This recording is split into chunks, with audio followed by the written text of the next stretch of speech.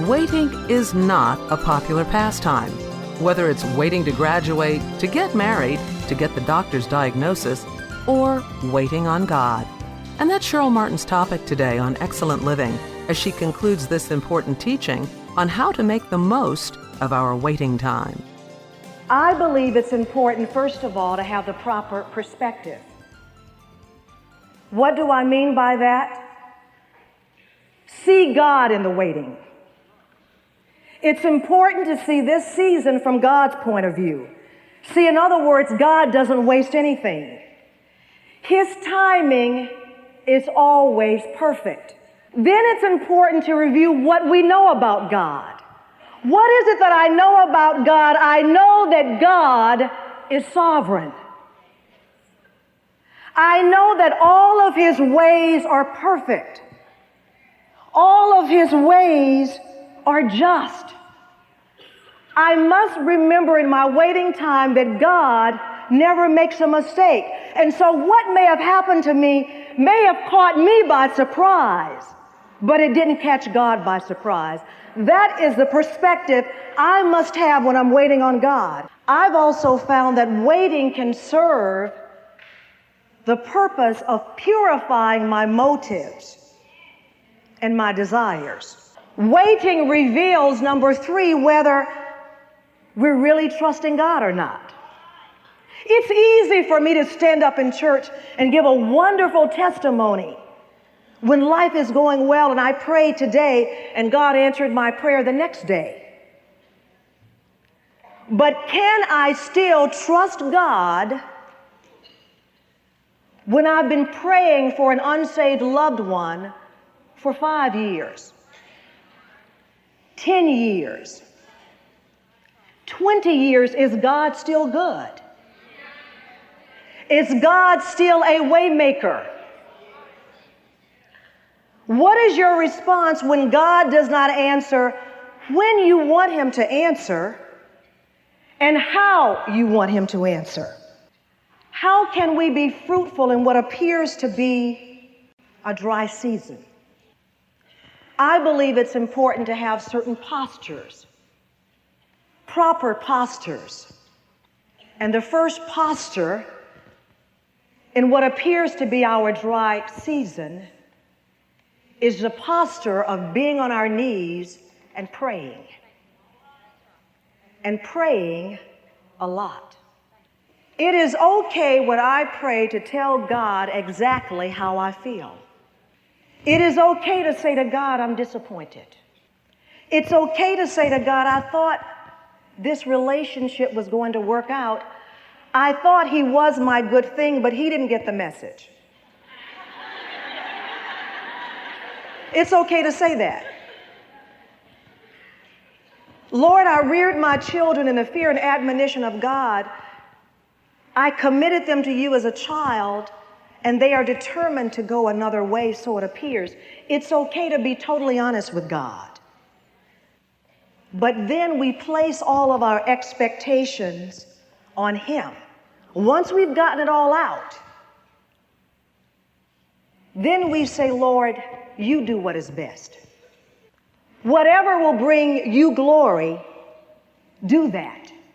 Hannah spent a lot of time before God telling Him about what appeared to be an impossible situation. She had longed for a child for years. Her loving husband couldn't do anything about it. But she spent time in the temple pouring her heart out to God. Sometimes we are more apt to get on the phone and pour our hearts out to our friends, and that's fine, but they can't do anything about an impossible situation. So Hannah poured her heart out to God. She knew that she and her husband could make love, but only God could make life. And when she prayed to the giver of life, we keep praying until we hear from God, however long it takes. Hannah diligently stayed on her knees until she heard from God. And God said through the man of God, Eli, I have heard your prayer. and I will answer your prayer. And Hannah was willing to offer. Her desire was not her idol. For she said, Lord, if you bless me with a child, I will offer him to you. She recognized that every good and perfect gift comes from God. He doesn't owe us anything. I will offer him to you for your glory. Her prayer had been purified. The purpose for her prayer has been purified. Do you want to mate for the glory and honor of God, or only to consume your own lust? Why do you want a child? Is it to offer that child up for God to be glorified?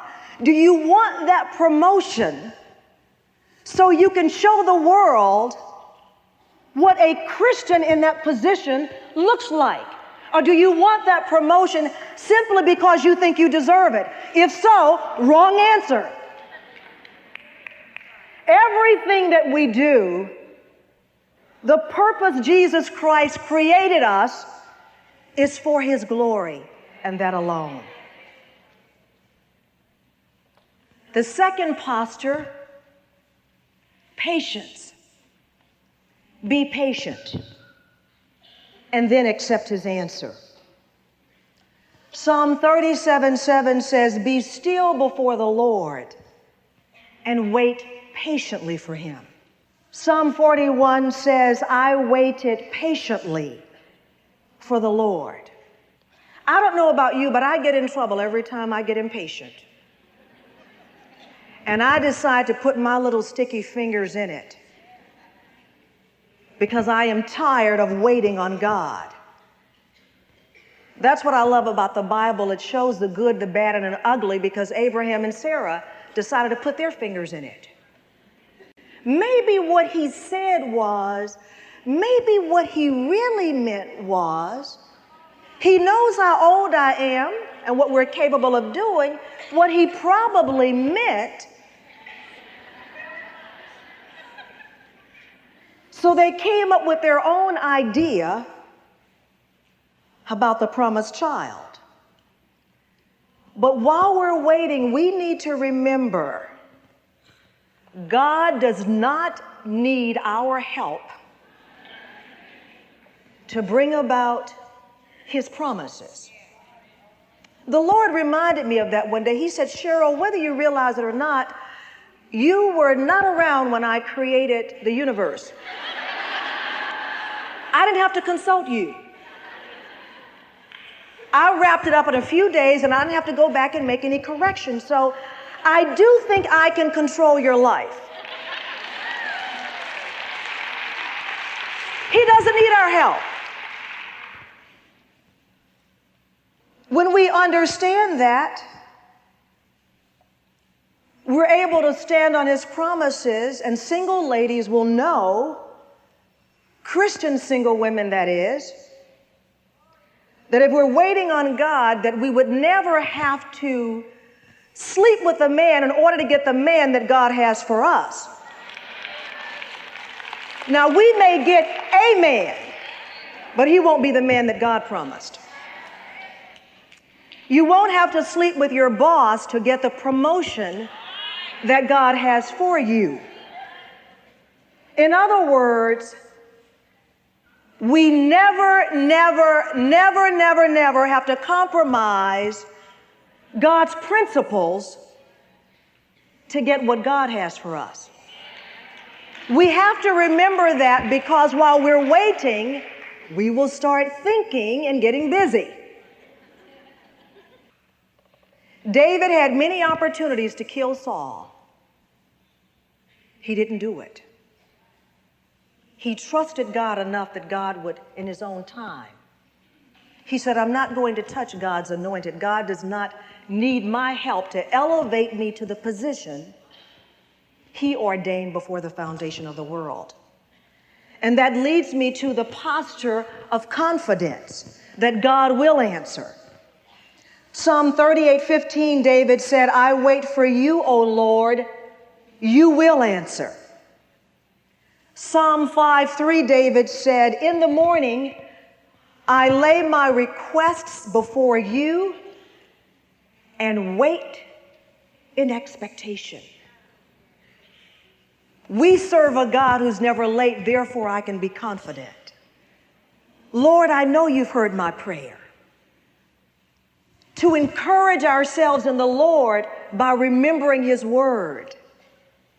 And that's why I started with having the proper perspective of knowing that God is sovereign. But while we are waiting, it is important to be content right where we are.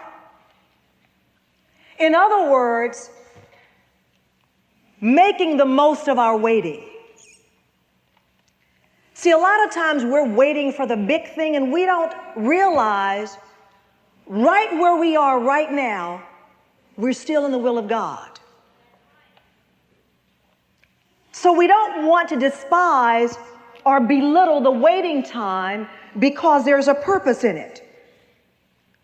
So how do we make the most of the time? For example, if we're single, take advantage right now of every opportunity that comes up. And see as the advantage the freedom and the independence you have. You don't have crying and screaming children. You can go when you want to go. You don't have to arrange for a babysitter. You can go on a short-term missions trip. You can concentrate on developing your talents, your career. The martyred missionary Jim Elliot said, live to the hilt every situation you believe to be the will of God. And wherever you are, be all there. During the waiting season, it's important for us to strive to do our current jobs with excellence. Yes, I know you think you can do your boss's job. You trained her. I understand that. And God understands that. But the challenge is the job that you've been given today to do that job well. You see, I believe it's a major trick of the devil to get us discontent, dreaming and fantasizing about what we want our lives to be, that we dismiss and discount where we are now. That we don't take advantage of every opportunity we have at the moment. Those single wanting to be married, those married wish they were single. They may not tell anybody that. Discontentment. What if God knew you were going to be single for the next 10 years, and if you spend 10 years frozen, not doing anything, not realizing that you thought you'd be getting married in 6 months. God is saying 10 years, you've wasted 10 years. I've met women who had an opportunity to go to college. They made a decision to get married, have children.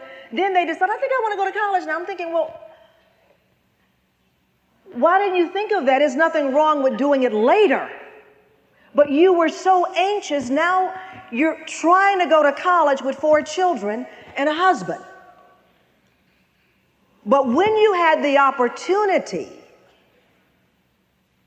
you didn't take advantage of it. We are to wait and to work. Our lives are like a vapor, fleeting. This year, more than ever, I have realized that I've probably already lived half of my life. And almost every day this year, I've been saying, Lord, I don't want to waste any more time. For the rest of my life, I want to be on point, in step with your perfect will, not fantasizing about the next job, the next thing, but to be a blessing and to fully embrace this time. Because I don't know how much time I have. Look at Joseph. Wherever he was, he made the most of it. When he was a slave, he was the best slave. He wasn't sitting there saying, this is beneath me. And you know what the Bible says? God was with him. When he was a prisoner, he distinguished himself. There was something different about him, and the scripture says God was with him. It may look like we're not being noticed. It may look like we're being passed over. I have experienced that in my career. I remember a number of years ago when I felt like I wasn't getting the opportunities on my job. And of course, I was talking to the Lord about this on the way to work, just letting him know how I felt. I felt I was qualified. And he let me get it out, and as soon as I finished, he said, "Thank you. There's something I want to say to you." And he said, "Cheryl, when you look at an athletic team, if you look at baseball, there are a lot of players on the team, and they all have the jersey on. There are some baseball players who sit in the dugout, and they're on the team, and they're getting paid. Some of them never get to play, but they're on the team." He said, "Cheryl, since I'm the one in charge, if I deemed before the foundation of the world that you're on the team, but you never get to play, be happy. I want you to go to work with a smile on your face and do your job as unto me. And I want you to do everything in your power to make your coworkers look good and whatever I have deemed is for you. But first of all, you've got an attitude problem. You have a pride problem. I will determine if and when you are to go up to the mat and play ball." I got the message. And my attitude changed from that day forward. I say, "Lord, I thank you. It's not about me. It really is about you. You have placed me in this position. Lord, forgive me." That's what waiting did. I wasn't ready for the position. You see, God knows what we can handle. We think we're ready, but no, he's working on our character. He sees a little attitude problem there. There needs to be an attitude adjustment so you can handle the blessing. And I begin to get busy and focus my mind on my job, and I say, "Lord, I leave it to you. It's not about whether or not I think I'm qualified. It's about what you chose for me to do before the foundation of the world." And in God's own time, he opened the doors for me. And I don't forget one day, "Lord, you made this happen. And it had nothing to do with me. And I thank you."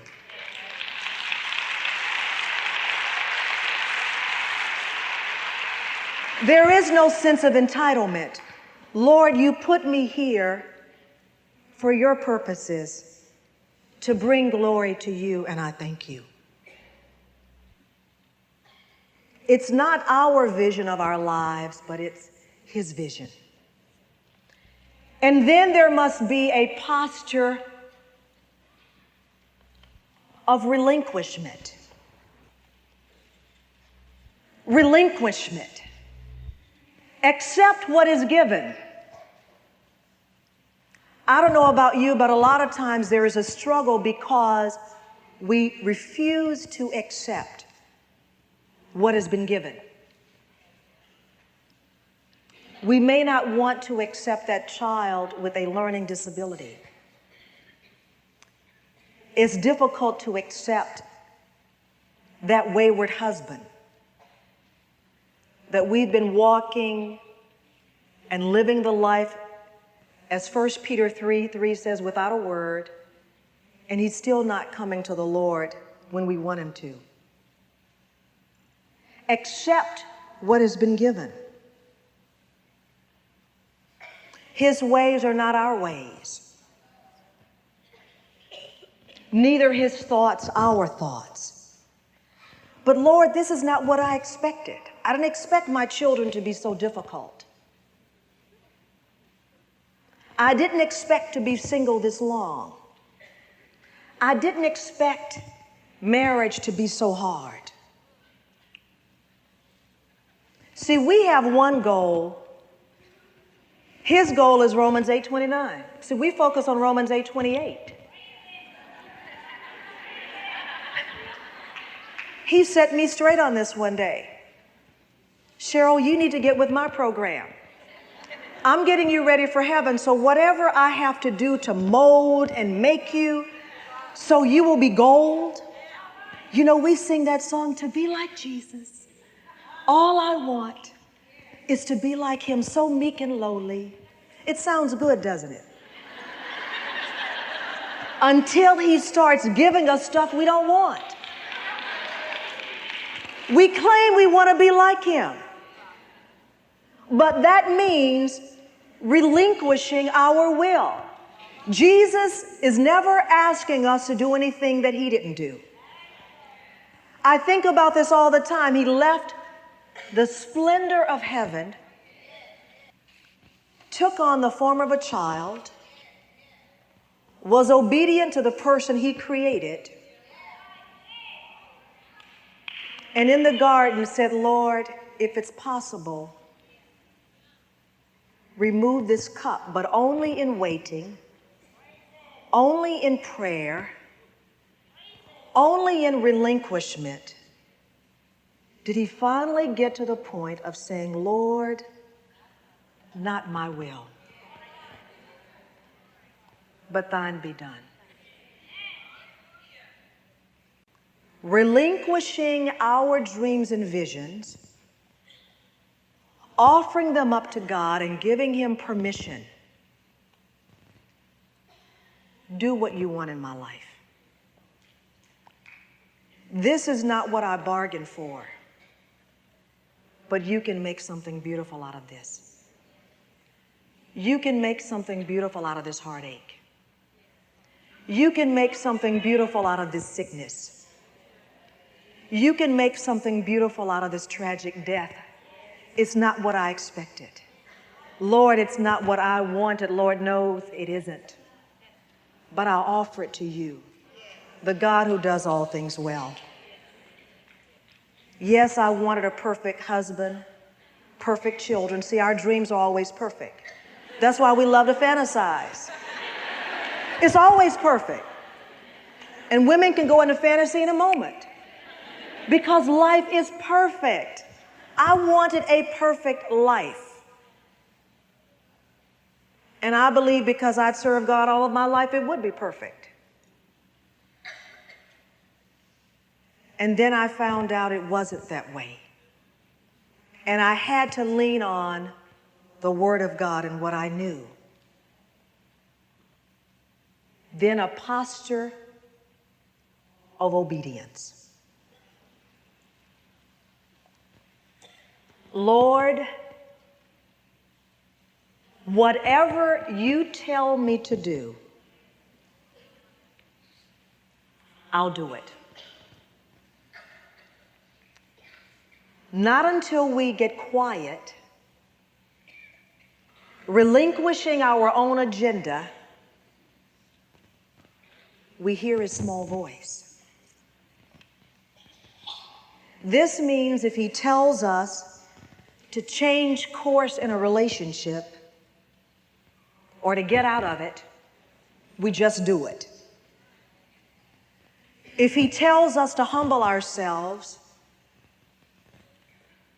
there's been a rift in a relationship and we've been waiting for that person to come to us because they're the ones at fault. And when they come to me, I will forgive them. But he says, no. I want you to humble yourself and go to them. You do it. Obedience. That must be our posture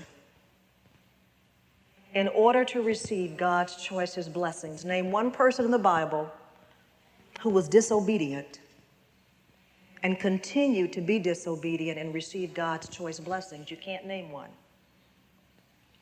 There are many benefits in waiting on God, but I guarantee you, we can never go wrong if we make the choice, and it is a choice, to make the most of our waiting.